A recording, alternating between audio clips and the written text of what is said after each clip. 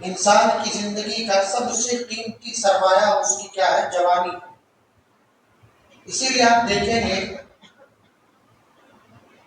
کہ جو اسلام کی نشر و اشاعت ہوئی اس میں نوجوانوں کا بڑا اہم کردار رہا. اور آپ یہ بھی جانتے ہیں کہ جب اسلام کی نشر و اشاعت کے لیے غزوات میں شرکت کی بات آئی تو اس میں بوڑھے، عورتوں اور بچوں کو منع کر دیا گیا. اس میں صرف نوجوانوں کو ہی شامل کیا جاتا ہے. یہی وہ دور ہے نوجوانی کا یا جوانی کا جس میں اگر فکر آخرت پیدا ہو جائے تو پوری زندگی سنور جاتی ہے، اور اگر یہی دور غفلت میں گزر جائے، فکر آخرت سے انسان غافل ہو جائے اس عمر میں، تو اس کی دنیا اور آخرت دونوں تباہ ہو جائے. آئیے پہلے دیکھتے ہیں کہ نوجوانوں کی کیا اہمیت رہی ہے خاص طور سے اسلام میں، اور پھر ان خاص طور سے ان نوجوانوں کی جو اپنی جوانی میں آخرت کی فکر کرتے ہیں. اس کی اہمیت کا اندازہ ہم اس بات سے لگا سکتے ہیں کہ جتنے انبیاء ہیں دنیا کے اندر وہ سارے کے سارے نوجوان تھے، سارے کے سارے نوجوان تھے. اللہ رب العالمین نے ابراہیم علیہ السلام کا جب تذکرہ کیا، انہوں نے جب خیروں کے بتوں کو توڑ دیا اور لوگ باہر گئے ہوئے تھے، تو جب باہر سے وہ لوگ واپس آئے تو انہوں نے کیا کہا کہ ہمارے معبودوں کے ساتھ کس نے اتنا برا سلوک کیا ہے؟ تو ان لوگوں نے کیا کہا؟ قالوا سمعنا فتى يذكرهم يقال له ابراہیم. کیا کہا؟ ان لوگوں نے کہا ہم نے سنا ہے ایک نوجوان کو. فتى یہ نہیں کہا کہ ہم نے سنا ہے فلاں شخص جو ہے یا ابراہیم نام تھا اور اس نے ایسا کہا، نہیں، بلکہ جوانی کا ذکر کیا اور کہا کہ ہم نے ایک نوجوان کو سنا ہے جو ہمارے معبودوں کو برا بھلا کہتا ہے، جس کو ابراہیم کہا جاتا ہے. آپ یہاں دیکھیں نوجوانوں کی اہمیت، جوانی کی اہمیت. یہاں پہ جوانی کا تذکرہ کیا ان لوگوں نے باقاعدہ. اسی طریقے سے آپ اور آگے اگر آپ بڑھیں گے اصحاب کہف کے بارے میں اللہ رب العالمین نے قرآن مجید میں فرمایا انہم فتیۃ آمنوا بربہم وزدناہم ھدی. یہ چند نوجوان ہی تو تھے جو اپنے رب پر ایمان لے کر کے آئے، ہم نے ان کی ہدایت میں اضافہ کر دیا. نوجوانوں کا تذکرہ کیا اللہ رب العالمین. یوسف علیہ السلام کے واقعے میں ہم نوجوانوں کے لیے بڑی عبرت ہے، بڑی نشانی ہے یا نصیحت آمیز چیزیں ہیں. یوسف علیہ السلام کو جب عزیز مصر کی بیوی نے بہلانے گزرانے کی کوشش کی، بدکاری کی دعوت دی، زنا کی دعوت دی، یوسف علیہ السلام نے کیا کہا؟ قال معاذ اللہ انہ ربی احسن مثوایا. کہ اللہ کی پناہ چاہتا ہوں اس حرکت سے، اس غلط کام سے، اس برے کام سے، اس بدکاری سے. اللہ رب العالمین کے پاس یا اس کے پاس ٹھہرنے کی صحیح جگہ ہے. انہوں نے فوراً معاذ اللہ کہہ دیا. ہاں یہاں پہ دیکھیں کس چیز نے یوسف علیہ السلام کو بچایا اس بدکاری سے؟ اللہ کے خوف اور ڈر میں، آخرت کی فکر نہیں. کل اللہ کے سامنے کیا جواب دیں گے اگر آج یہ کام کر لیں گے؟ وہاں پر جب یوسف علیہ السلام کو پھنسا لیا گیا، باقاعدہ وغلقت الابواب وقالت حیث لک، قرآن نے اشارہ کیا، قرآن نے واضح کیا. سورہ یوسف کا ترجمہ پڑھے معلوم ہوگا کہ دروازے بند ہو گئے. ابواب جتنے دروازے تو سارے بند تھے. وہاں پر یوسف اور اس خاتون کے علاوہ کوئی نہیں تھا. آپ ذرا دیکھیں اس میں کتنی نصیحت ہے نوجوانوں کے لیے. سارے مواقع تھے، کسی کو کچھ پتا نہیں چلتا، لیکن یوسف علیہ السلام کو معلوم تھا کہ کوئی دنیا دیکھے نہ دیکھے رب تو دیکھ رہا ہے. کل قیامت کے دن اللہ کے سامنے کھڑے ہوں گے تو کیا جواب دیں گے؟ یوسف علیہ السلام نے کہا معاذ اللہ انہ ربی احسن مثوایا، اور وہاں سے بچ کر کے نکل گئے. اسی طریقے سے آپ دیکھیں میرے بھائیوں، جوانی میں عبادت کو خاص مقام حاصل ہے، خاص مقام حاصل ہے. اللہ کے نبی صلی اللہ علیہ وسلم فرماتے ہیں، متفق علیہ روایت ہے، فرماتے سبعۃ یظلهم اللہ فی ظلہ یوم لا ظل الا ظلہ. وفيه وشاب نشأ في عبادة ربه. اللہ کے نبی صلی اللہ علیہ وسلم کہتے ہیں 7 قسم کے لوگ ایسے ہوں گے جو کل قیامت کے دن عرش کے سائے تلے ہوں گے، اور جہاں پر عرش کے سائے کے علاوہ کوئی سایہ نہیں ہوگا. اگر آپ قیامت کی ہولناکی اور اس کی خطرناکی کے بارے میں آپ نے خطبات میں سنے ہوں گے کہ کتنا خطرناک وہ دن ہوگا کہ وہاں لوگ پسینوں میں شرابور ہوں گے، لیکن کچھ اچھے لوگ ہوں گے، 7 قسم کے ایسے لوگ ہوں گے جو عرش کے سائے تلے جگہ پائیں گے. اس میں سے ایک وہ بھی ہے کہا وشاب نشأ فی عبادت ربہ، وہ نوجوان ہے جو جوانی میں اپنے رب کو پکارا، جوانی میں اپنے رب کی عبادت کی، جوانی میں اللہ کے سامنے حاضر ہوا، سجدہ کیے، رویا، گر گڑایا، ساری چیزیں کیا. یہ مقام جوانی میں عبادت کی یہ مقام کیوں حاصل ہے میرے بھائی؟ کیوں حاصل ہے؟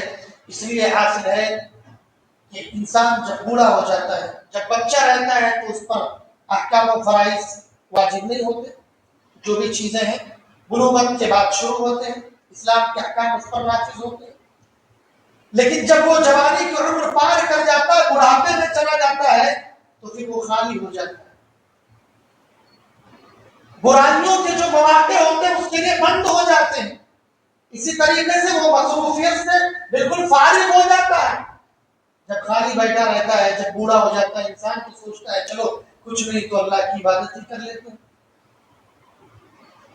لیکن ایک نوجوان انسان جوانی کی عمر میں مصروفیت ہے، مشغولیت ہے، بزی ہے، ساری چیزیں ہیں، گھریلو ذمہ داریاں ہیں، اور اس کے علاوہ سب سے اہم بات یہ ہے کہ برائیوں کے مواقع ہیں، فحاشی و عریانیت کے مواقع ہیں، برائیوں کے سب سے زیادہ جو چانسز ہیں وہ اسی عمر میں ہیں.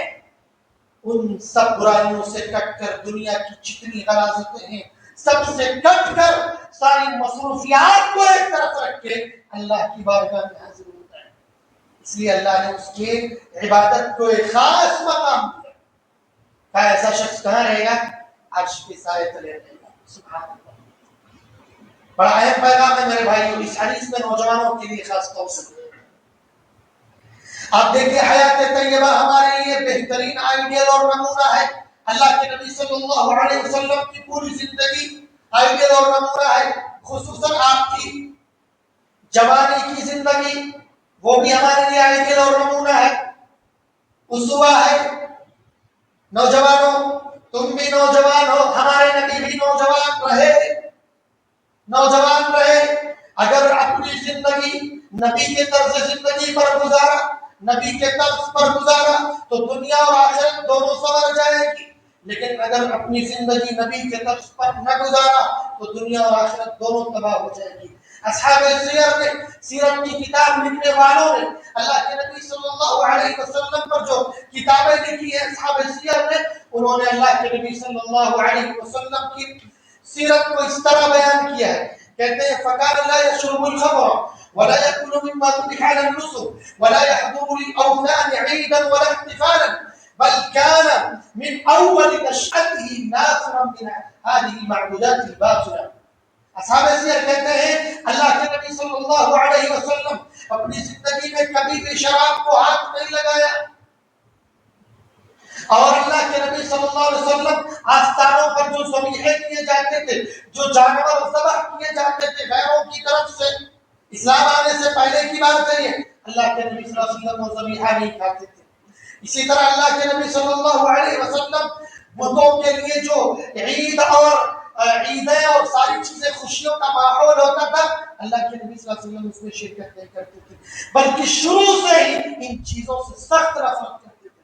اور یہ باتیں اس وقت کی ہیں جب آپ نبی نہیں بنائے گئے تھے. جی ہاں، آپ کہہ سکتے ہیں کہ اللہ کے نبی تو نبی تھے، وہ شراب کہاں سے پینے؟ نہیں، یہ نبی بنائے جانے سے پہلے کی بات کر رہا ہوں میں. جبکہ شراب عربوں کی بڑی محدود غذا تھی، بڑی محدود غذا تھی. یہاں تک کہ ان کے بارے میں، عربوں کے بارے میں لکھتے ہیں کہ جس طرح ہم آج کھانے کے ساتھ پانی لے کر کے بیٹھتے ہیں، اہل عرب کھانے کے ساتھ شراب لے کر بیٹھتے ہیں. اتنی محدود غذا تھی ان کے یہاں. لیکن اللہ کے نبی صلی اللہ علیہ وسلم نے شراب کو ہاتھ نہیں لگایا. اسلام کے آنے سے پہلے بھی نہیں لگایا, بعد میں تو نہیں لگایا. یہ ہمارے نبی صلی اللہ علیہ وسلم نوجوانوں کو پیغام دے رہے دراصل اپنی زندگی سے, پوری زندگی سے. شراب کی حرمت بعد میں آئی, اس سے پہلے بھی یہ غلیظ چیز تھی, گندی چیز تھی, ہاتھ نہیں لگایا جوانی کی زندگی میں. لیکن آج کا نوجوان اور وہ نوجوان جو اس بات کا دعویٰ کرتا ہے کہ اللہ کے نبی صلی اللہ علیہ وسلم ہمارے بھی نبی ہیں, بلکہ بعض ہمارے نوجوان کو عاشق رسول ہونے کا دعویٰ کرتے ہیں, کیا کیا باتیں کرتے ہیں, ہمارے نبی ایسے, ہمارے نبی ویسے, ہم بھی اسی نبی کے امتی ہیں, آپ بھی اسی نبی کے امتی ہیں میرے بھائیوں. لیکن آج کا وہ نوجوان جو نبی کی محبت کا تو دعویٰ کرتا ہے, لیکن منشیات کا دل دادا ہو چکا ہے, نشاور چیزوں کا عادی ہو چکا ہے, شراب کا عادی ہو چکا ہے, چرس اور گانے کا عادی ہو چکا ہے, اسی طرح گٹکے اور سردی کا عادی ہو چکا ہے, تمباکو سگریٹ نوشی کا عادی ہو چکا ہے. آخر وہ نوجوان کیسے عادی ہو گیا جو یہ کہتا ہے کہ محمد صلی اللہ علیہ وسلم ہمارے, کیسے وہ اس چیز کو تسلیم کرتا ہے؟ اللہ کے نبی صلی اللہ علیہ وسلم غیروں کے تہواروں میں کبھی شرکت نہیں کی. ہمارا نوجوان اس کا عادی ہو چکا ہے. ہمارے نوجوانوں کے حرام و حلال کی تمیز ختم ہو گئی ہے, ختم ہو چکی ہے. کوئی چیز اس کو حرام نظر ہی نہیں آتی. ہاں, کچھ جگہوں پر نظر آتی ہے. کہاں پر؟ جہاں لگتا ہے کہ اپنا نقصان ہو رہا ہے. مثال کے طور پہ مال کا لین دین ہے, کسی نے آپ کا مال غصب کر لیا, تب آپ کہیں گے وہ حرام ہے مال. جو آپ نے غصب کیا ہوا ہے, جو آپ نے ہڑپا ہوا ہے, رشتہ داروں کا مال, میراث کا مال, بچیوں کا مال, پڑوس کا مال, دوسرے لوگوں کے مال, جو آپ نے ہڑپا ہے وہ حلال ہے. لیکن آپ کا کوئی ہڑپ لے تو حرام ہے. یا حرام نظر آتا ہے جب اپنا ہے. تو اس چیز کے ہم عادی ہو چکے ہیں میرے بھائی. انسان کو متاثر کرنے والی جو چیزیں ہوتی ہیں وہ ہوتی ہیں اخلاق و عادات, صداقت, سچائی. انسان سچ بولے, انسان کے اخلاق اچھے ہوں تو لوگ اس سے گفتگو کرنا چاہتے ہیں, باتیں کرنا چاہتے ہیں, تعریف کرتے ہیں. گفتگو بڑی اچھی کرتا ہے, باتیں بڑی اچھی کرتا ہے, سچ بولتا ہے, جھوٹ نہیں بولتا ہے. یہ چیزیں انسان کو متاثر کرتی ہیں دوسرے لوگوں کو. اور آپ کو معلوم ہے اللہ کے نبی صلی اللہ علیہ وسلم نبی بنائے جانے سے پہلے آیت جوانی کی عمر میں آپ کو غیروں نے جو لقب دیا تھا وہ صادق اور امین کا لقب. یہ لقب اپنوں نے, غیروں نے دیا تھا. اسلام آنے سے پہلے صادق اور امین کا لقب ملا ہمارے نبی کو.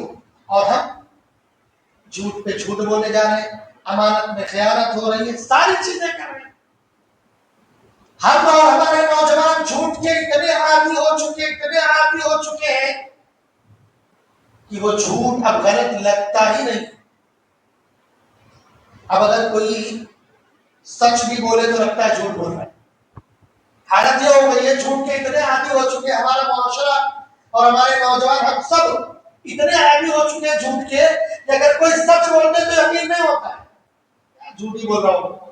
اتنے عادی ہو چکے. اور ہمارے نبی صلی اللہ علیہ وسلم صادق اور امین کا لقب ملا ان کو, وہ بھی نبوت سے پہلے. سبحان اللہ. ہم اسی نبی کے امتی ہیں میرے بھائی. ہمیں غور کرنا چاہیے کہ ہمارے نبی کا مقام کیا تھا, ان کے اخلاق کیا تھے, ان کی عادتیں کیا تھی, ان کی صداقت اور سچائی کا کیا مقام تھا, اور ہمارا کیا مقام ہے. ہم بھی تو اسی نبی کی امتی نا بھائی. پھر ہم نے اپنے آپ کو ایسے کیوں بنا دیا؟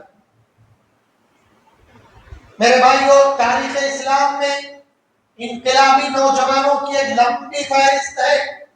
ایسے نوجوان جنہوں نے انقلاب برپا کیا, ایسے نوجوان جن کی وجہ سے اسلام کی نشر و اشاعت ہوئی. اس کی مثال اگر آپ دور نبوی میں دیکھیں, جتنی سارے جنگیں ہوئی الحمدللہ وہ نوجوانوں نے لڑی. ملت اسلامیہ کے عروج میں نوجوانوں نے سب سے عظیم کردار ادا کیا, سب سے عظیم کردار ادا کیا. اللہ کے نبی صلی اللہ علیہ وسلم کا جو آخری لشکر جہاد تھا, جس کو اللہ کے نبی صلی اللہ علیہ وسلم نے خود ترتیب دیا تھا, اس لشکر میں بڑے بڑے صحابہ، کبار صحابہ موجود تھے، لیکن اللہ کے نبی صلی اللہ علیہ وسلم نے اس لشکر کا امیر، اس لشکر کی باغ ڈور ایک 17 سالہ نوجوان، ایک 17 سالہ نوجوان اسامہ بن زید رضی اللہ تعالیٰ عنہ، بڑے بڑے صحابہ موجود تھے اس وقت جب آپ نے وہ ترتیب دی، یہاں تک کہ خلفائے راشدین موجود تھے جب آپ نے اس لشکر کی ترتیب دی، لیکن آپ نے کس کو امیر بنایا؟ اسامہ بن زید، 17 سالہ نوجوان، ہٹے کٹے ماشاءاللہ، کیونکہ اللہ کے نبی صلی اللہ علیہ وسلم کو اس بات کا یقین تھا نوجوان ہے، ہمت ہے، جوان مردی ہے، انشاءاللہ العزیز فتح بھی حاصل ہوگی۔ اسی طریقے سے آپ دیکھیں جنگ بدر میں ابو جہل جیسے دشمن اسلام کا خاتمہ، دو نوخیز نوجوان جو جوانی عمر کو بھی پہنچ رہے تھے، معاذ اور معوذ نے اس کا خاتمہ کیا۔ تو نوجوانوں نے ہر دور میں انقلاب پیدا کیا۔ آپ اس سے آگے بڑھے، اسی طرح ایک مسلمان خاتون ہند کی صدائے آبرو سن کر محمد بن قاسم سندھ پر حملہ آور ہوئے، اور آگے بڑھے سلطنت رومانیہ میں ایک مسلم خاتون کی آبروریزی کے خلاف ایک نوجوان جس کا نام معتصم باللہ تھا، سلطنت رومانیہ کی اینٹ سے اینٹ بجا دی، صرف ایک خاتون کی صدائے مسلم خاتون کی، پوری سلطنت کو تباہ کر دیا صرف ایک مسلم خاتون کی، معتصم باللہ۔ اور میرے بھائیوں، اس سے بھی بڑھ کر مسجد اقصی کو فتح کرنے والے، فتح دلانے والے ایک عمر فاروق رضی اللہ عنہ کے دور میں ہوا، اس کے بعد پھر دوسروں کا قبضہ ہوا، پھر دوبارہ فتح کروانے والے کون تھے میرے بھائیوں؟ ایک نوجوان ہی تھا جسے دنیا صلاح الدین ایوبی کے نام سے۔ میرے بھائیوں، اگر ہم نے اپنی جوانی کی زندگی تباہ کر دی، برباد کر دی، فکر آخرت سے غافل رہے، اسلام کے لیے کچھ نہیں کیا، اپنے لیے کچھ نہیں کیا، اللہ کے یہاں کیا جواب دیں؟ ان لوگوں نے جو کارنامے کیے، ایسی کئی ساری لمبی فہرست ہے، ان نوجوانوں نے جو کارنامے کیے اسلام کے لیے، وہ کس بنیاد پر کیے؟ ایک اعلاء کلمت اللہ، یعنی اللہ کا جو کلمہ ہے وہ بلند رہے، اللہ کا کلمہ بلند رہے، اور دوسری بات یہ کہ کل قیامت کے دن جب اللہ ہم سے جواب مانگے گا تو ہم کیا جواب دیں گے؟ قیامت کی یا آخرت کی جواب دہی کے لیے یہ سارے کام سر انجام دیے نوجوانوں۔ میرے بھائیوں، لیکن ہمارا نوجوان، ایک یہ نوجوان تھے جنہوں نے کارنامہ انجام دیے، اتنے بڑے بڑے کارنامہ انجام دیے، ایک ہمارا نوجوان ہے۔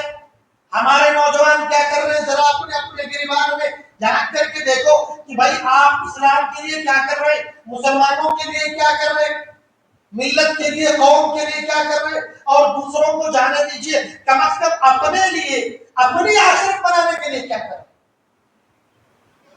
اپنی آخرت بنانے کے لیے کیا کر رہے ہیں۔ کیا ہوا ہمارے نوجوان کو، جس کی زندگی چبوترے سجانے میں گزر رہی، جس کی زندگی پبوں میں گزر رہی، جس کی زندگی سنیما گھروں میں گزر رہی، جس کی زندگی فحاشی و عریانیت کے اڈوں پر گزر رہی، یہ ہمارے نوجوانوں کی حالت، ہمارے مسلم نوجوانوں کی حالت۔ افسوس اس بات کا ہے کہ جتنے سارے نوجوان ہیں اور جتنے فحاشی و عریانیت کے اڈے ہیں، ان پر ہمارے نوجوان سر فہرست ہوتے ہیں، موجود ہوتے ہیں۔ اس کی جواب دہی کس کی ہے؟ اس کا جواب کون دے گا؟ تو ظاہر سی بات ہے اس کا جواب ہمارے سرپرست حضرات دیں گے، بڑے بزرگ دیں گے۔ آپ کا بچہ کہاں ہے؟ بچہ ہو یا بچی کہاں ہے؟ گھر میں ہے نہیں ہے، باہر ہے تو کہاں ہے؟ کسی کو کوئی خبر نہیں۔ سب کہتے ہیں نہیں ہمارا بچہ بہت اچھا ہے۔ بھائی والدین کی نظر میں بچے اچھے ہی ہوتے ہیں، برے کون سے ہوتے ہیں؟ پھر میرے سمجھ میں بات یہ نہیں آتی ہے کہ اگر آپ کے بچے اچھے ہیں، ہمارے اچھے ہیں، ان کے اچھے، سب کے اچھے ہی ہیں، تو یہ جو فحاشی اور عریانیت کے اڈوں پر جو بچے ہیں، کسی کا نام خالد ہے، کسی کا مجیب ہے، کسی کا معید ہے، کسی کا سمد ہے، کسی کا معین ہے، یہ کون بچے کس کے بچے ہیں بھائی؟ یہ کون دیکھے گا اگر سب کے اچھے ہی ہیں تو؟ اس لیے میرے بھائیوں، ہر شخص کو اپنے گریبان میں جھانک کر کے دیکھنا ہے، اور یاد رکھیں اگر آخرت کی فکر آ گئی انشاءاللہ العزیز تمام مسائل حل ہو جائیں گے۔ ان برائیوں کے اسباب کیا ہے؟ بہت سارے اسباب ہو سکتے ہیں، ان میں سے ایک اہم سبب یہ ہے کہ ہم آخرت کی فکر سے غافل ہو چکے ہیں۔ ہمیں ڈر ہی نہیں ہے کہ کل قیامت میں اللہ کے سامنے کھڑے ہونا ہے، جواب دینا ہے۔ اس بات کا ڈر ختم ہو چکا ہے، اور اس بات کا ڈر اگر ختم ہو گیا تو یقین مانیے آپ گمراہی کے دلدل میں پہنچیں گے، ذلت و رسوائی مقدر بن جائے گی۔ اللہ کے نبی صلی اللہ علیہ وسلم فرماتے ہیں جوانی کے متعلق آپ سے کل قیامت کے دن سوال کیا جائے گا۔ آپ نے فرمایا وعن عمره فيما افنى وعن شبابه فيما ابلى۔ یہ ایک لمبی روایت ہے۔ اللہ کے نبی صلی اللہ علیہ وسلم نے فرمایا کہ کل قیامت کے دن اللہ رب العالمین پوچھے گا ہم نے تمہیں جو عمر دیا تھا اس عمر کو کہاں کھپایا، کہاں گوایا، اس عمر کا کیا کیا؟ جو بھی عمر عطا کی ہو 60-70 سال، اسی طرح 70 سال 80 سال، جو بھی عمر دی ہو اللہ نے، پھر اس کے بارے میں سوال ہونے والا ہے آپ سے، ہم آپ سے سب سے ہونے والا ہے۔ اور اس حدیث میں غور کریں میرے بھائیوں، پہلے تو اللہ کے نبی نے کہا کہ آپ جو عمر کے بارے میں سوال کیا جائے گا، اس کے بعد کہا وعن شبابہ فیما ابلا، عمر کے بارے میں تو پوچھا ہی جائے گا۔ جب آپ دیکھیں گے عمر، تو عمر میں بچے کی زندگی، جوانی کی زندگی، بڑھاپے، ساری زندگی آ گئی، پورے عمر آ گئے، لیکن خصوصیت کے ساتھ آپ نے فرمایا وعن شبابہ فیما ابلا، یہ بتاؤ تم جوانی کی زندگی کہاں گزاری، جوانی کی زندگی کہاں گزاری؟ سبحان اللہ۔ تو عمر کے بارے میں سوال الگ سے ہوگا، خصوصیت کے ساتھ جوانی کی زندگی کہاں گزارے اس کے بارے میں الگ سوال ہوگا۔ ہم نے تمہیں ہٹا کٹا مضبوط بنایا تھا، کیا کیا تم نے؟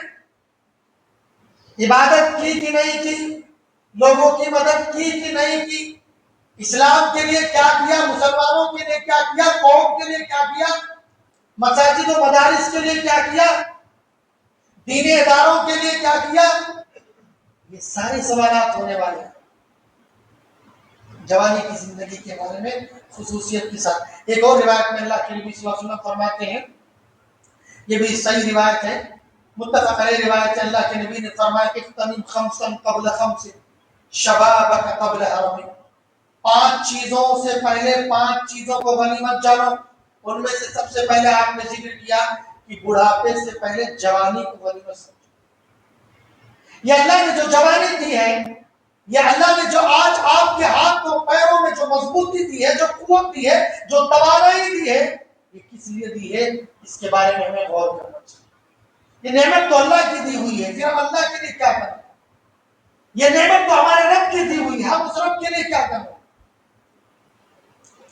اس کے بارے میں سوال ہوگا۔ اس لیے اس کو غنیمت سمجھو۔ اللہ کے نبی نے فرمایا اس کو غنیمت جانو، جوانی کی عمر کو۔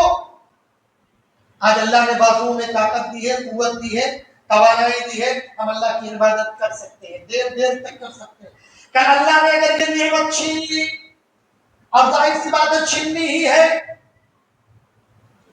2 ہی صورتیں ہو سکتی ہیں، یا تو انسان جوانی کے بعد بوڑھا ہو جائے گا، تب بھی وہ توانائی قوت چلی جائے گی، یا جوانی میں دنیا سے چلا جائے، جیسے آج کل حادثات اور ساری چیزیں ہوتی ہیں۔ اب تو عمر بھی نہیں رہی اتنی لمبی، عموماً آپ اتنی لمبی عمریں بھی نہیں دیکھتے، جوانی کی عمر میں لوگ چلے جاتے ہیں، کسی کا کوئی پتہ نہیں ہے کون کب چلے۔ تو اللہ کے نبی صلی اللہ علیہ وسلم کہتے ہیں کہ جوانی کے بارے میں سوال کیا جائے گا، یہ بتائیے کہ یہ جوانی جو قوت و توانائی دی ہے اللہ نے، کیا وہ اللہ کی راہ میں کچھ خرچ ہو رہا ہے نہیں ہو رہا ہے؟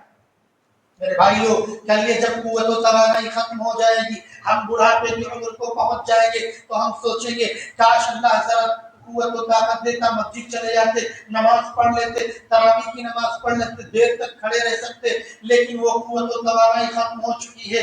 اب پچھتانے سے، اب سوچنے سے، اب غور و فکر کرنے سے کوئی فائدہ نہیں۔ اس لیے اپنی جوانی کی جو قوت ہے، توانائی ہے، اس کو غنیمت جانو، اور آخرت کی فکر کرتے رہیے، کیونکہ آخرت میں اس جوانی کے متعلق سوال ہونے والا ہے۔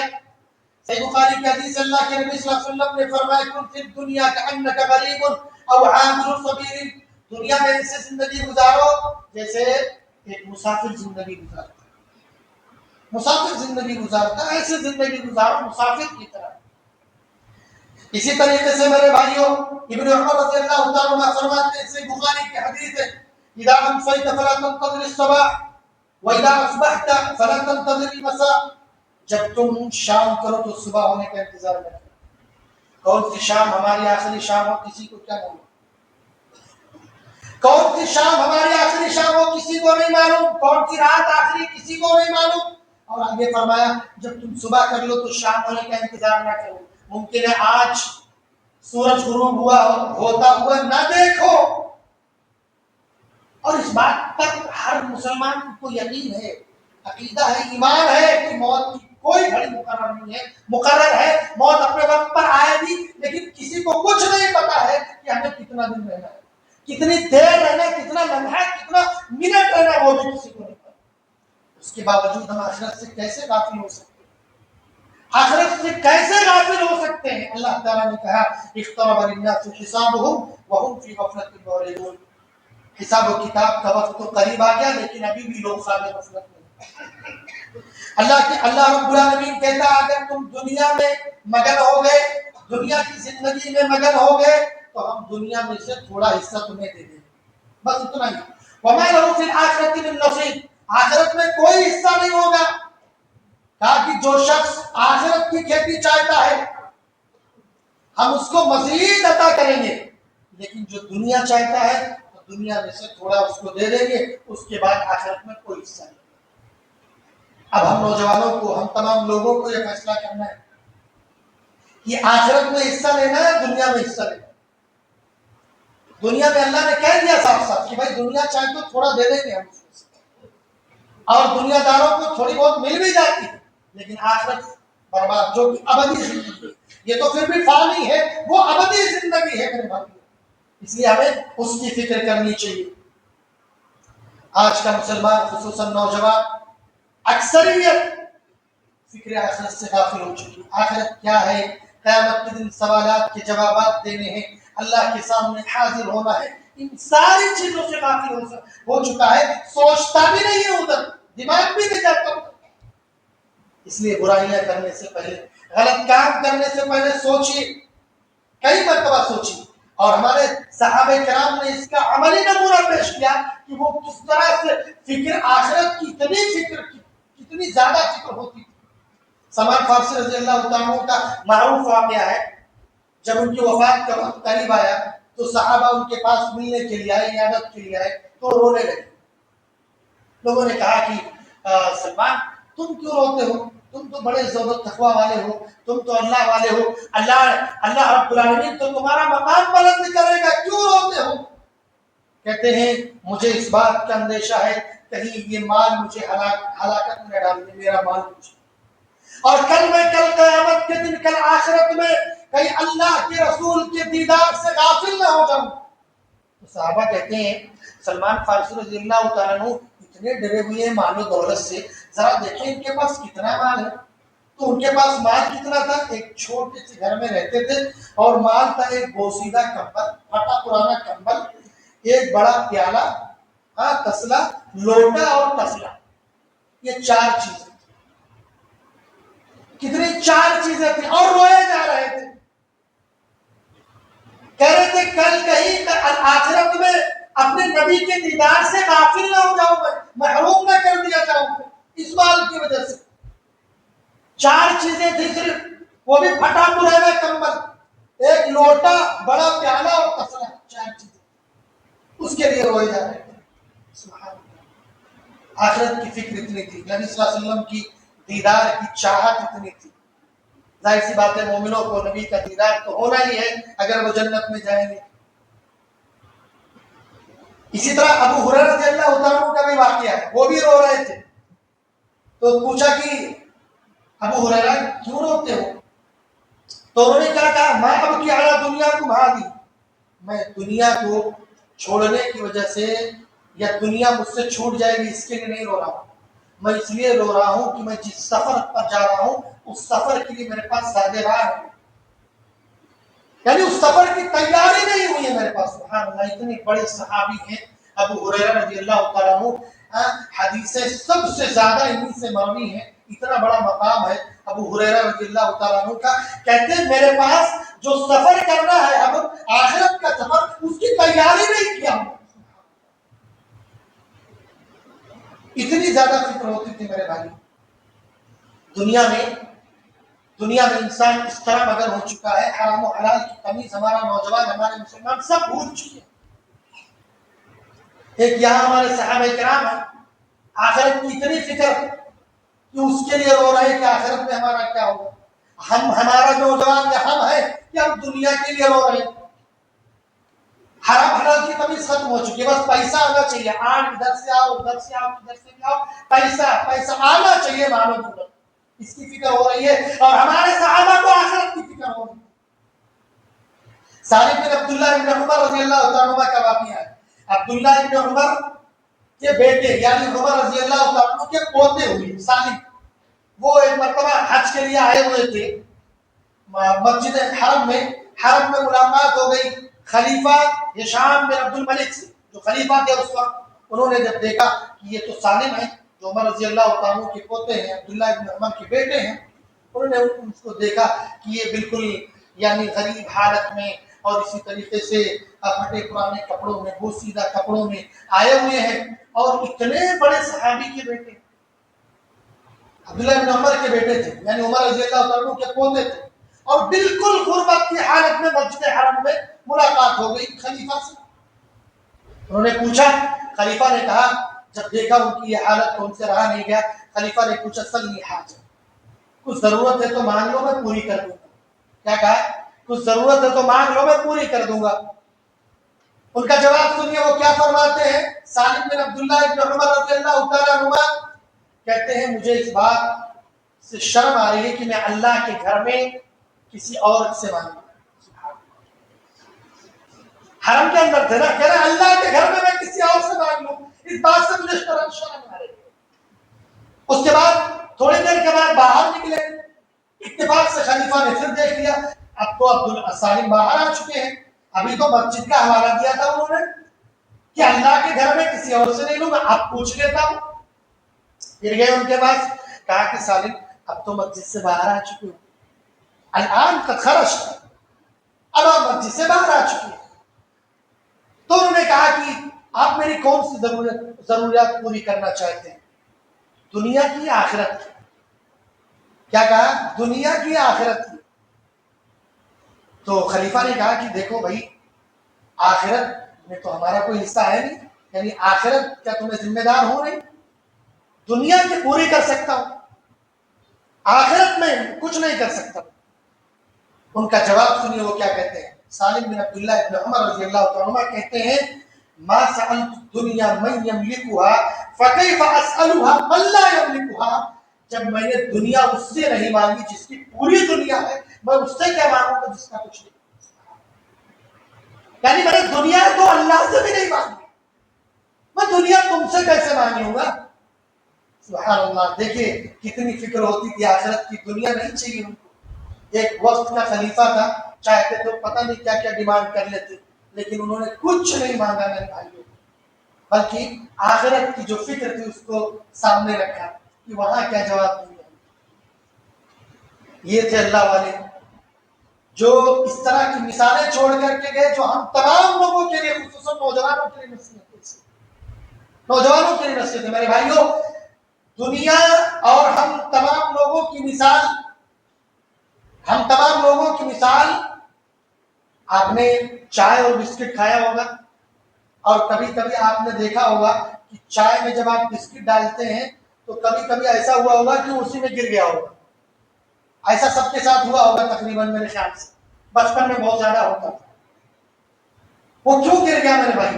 وہ اس لیے گر گیا کہ جتنا وقت آپ کو چائے کے اندر بسکٹ رکھنا چاہیے اس سے زیادہ آپ نے رکھ دیا. اتنا ہی دیر رکھنا چاہیے جتنے میں واپس آپ اس کو منہ میں ڈال سکتے ہیں، لیکن آپ نے تھوڑا وقت بڑھایا کہ وہ بسکٹ اسی میں گر گیا. دنیا اور ہم لوگوں کی مثال ایسے ہی ہے. اگر دنیا میں جتنا ہمیں رہنا ہے اور جتنا مگن ہونا ہے اس سے زیادہ مگن ہو گئے تو ہم بھی ڈوب جائیں. اگر ہم آخرت سے غافل ہو گئے اور دنیا میں ڈوب گئے تو ہماری آخرت برباد ہو جائے گی. میرے بھائیوں, کل ہم جواب نہیں دے سکیں گے اللہ کے سامنے. عمر کے بارے میں, جوانی کے بارے میں, آپ کے ایک ایک چیز کے بارے میں جب سوال ہوگا تو ایسی حالت میں کیا جواب دیں گے؟ اس لیے سب سے پہلی چیز یہ ہے کہ آپ آخرت کی فکر ہمیشہ دامن کیجیے.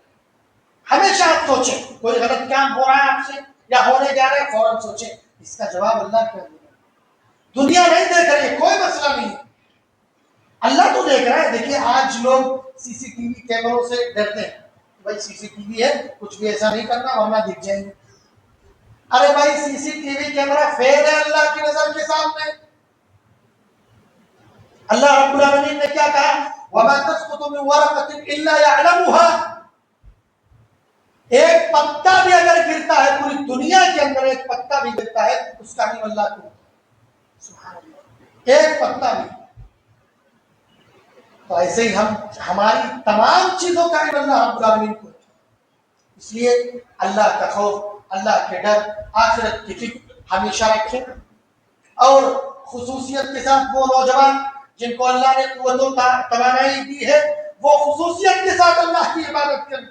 جوانی میں اللہ کی عبادت اللہ رب العالمین کو بڑی محبوب ہے, ہمارے نبی کو بڑی محبوب ہے. اس لیے اپنے رب کو راضی کرنے کے لیے اس عمر میں خصوصیت کے ساتھ عبادت گزاری کریں. اللہ کے لیے اللہ کے سامنے سجدہ ریز ہو جائیں, اللہ سے روئیں, گڑ گڑائیں, معافی مانگیں. اب تک جو گناہ ہوئے, جو غلطیاں ہوئے, ان سے معافی مانگیں, توبہ کریں. اللہ رب العالمین توبہ کو قبول کرنے والا ہے. اقول قولی هذا استغفر الله لي ولكم ولسائر المسلمين فاستغفروه انه هو الغفور الرحيم.